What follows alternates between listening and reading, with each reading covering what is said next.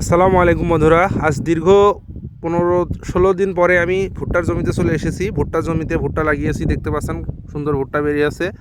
এর মধ্যে আবার একটা সমস্যাও দেখা দিয়েছে। দেখেন এই গাছটা কত সুন্দর সতেজ তরতাজা, কিন্তু এই গাছটা দেখেন একটু শুকনা শুকনা দেখা যাচ্ছে। এটা কেন হচ্ছে অবশ্যই আপনাদের সেটা আমি আলোচনা করব। এটা মূলত লেদা পোকা এবং কাটুই পোকার কারণে এই ধরনের সমস্যা হয়। দেখেন গাছগুলো একটু নিস্তেজ হয়ে যাচ্ছে। এর ভিতর থেকে সাইড থেকে ছিদ্র করে এটার শ্বাসটা খেয়ে নেয় মূলত। এই গোড়া থেকে বোঝা যায় না, ছোট্ট পোকা অনেক সময় এর মাঝখানেও থাকে। তো আমি চেষ্টা করব যে এখানে আসলে কোনো পোকা আছে কিনা দেখার জন্য। এইটার জন্য স্প্রে করতে হবে অ্যামামেকটিন বেনজোর এবং সাইপারমেথিন অথবা ল্যামডাহ্যালোথাইজিন জাতীয় ওষুধ। তো আজকে আমি এটা স্প্রে করব।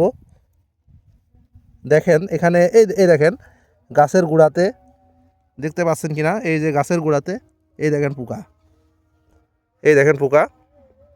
এই পোকাটার কারণেই মূলত শ্বাস খেয়ে নিচ্ছে।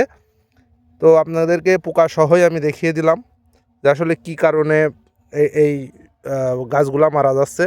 দ্রুত স্প্রে না করলে এই গাছগুলা সবই মারা যাবে। এই গাছটা আর হবে না, কারণ এই পোকাটা এই গাছের অরিজিনাল যে শ্বাস সেটা খেয়ে নিয়েছে।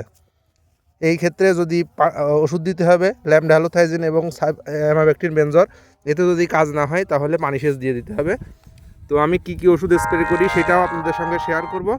ধন্যবাদ সবাইকে, আমার সঙ্গেই থাকবেন, আমার চ্যানেলটিকে ফলো এবং সাবস্ক্রাইব করে দেবেন, তাহলে আপনাদেরকে বিস্তারিত আমি দেখাতে পারবো। আসসালামু আলাইকুম।